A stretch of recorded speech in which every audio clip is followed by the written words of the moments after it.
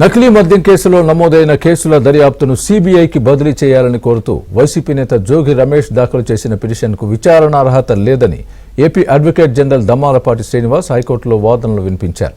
కేసును ఏ సంస్థ దర్యాప్తు చేయాలో నిందితుడిగా ఉన్న వ్యక్తి నిర్ణయించలేరని అన్నారు. పిటిషనర్ నకిలీ మద్యం కేసులో నిందితుడిగా ఉన్నారని గుర్తు చేశారు.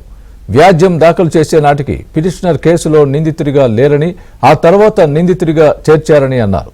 ఈ విషయాలన్నింటినీ పిటిషన్లో చెప్పాల్సిన బాధ్యత పిటిషనర్పై ఉందన్నారు.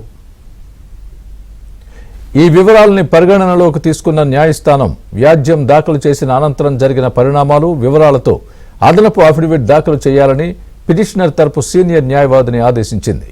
వ్యాజ్యంలో ప్రతివాదులుగా ఉన్న రాష్ట్ర ప్రభుత్వ ప్రధాన కార్యదర్శి, హోంశాఖ ముఖ్య కార్యదర్శి, డీజీపీలకు నోటీసులు జారీ చేస్తూ తదుపరి విచారణను నవంబర్ 12కు వాయిదా వేసింది. ఈ మేరకు హైకోర్టు న్యాయమూర్తి జస్టిస్ వెంకట జ్యోతిర్మయి ఉత్తర్వులిచ్చారు.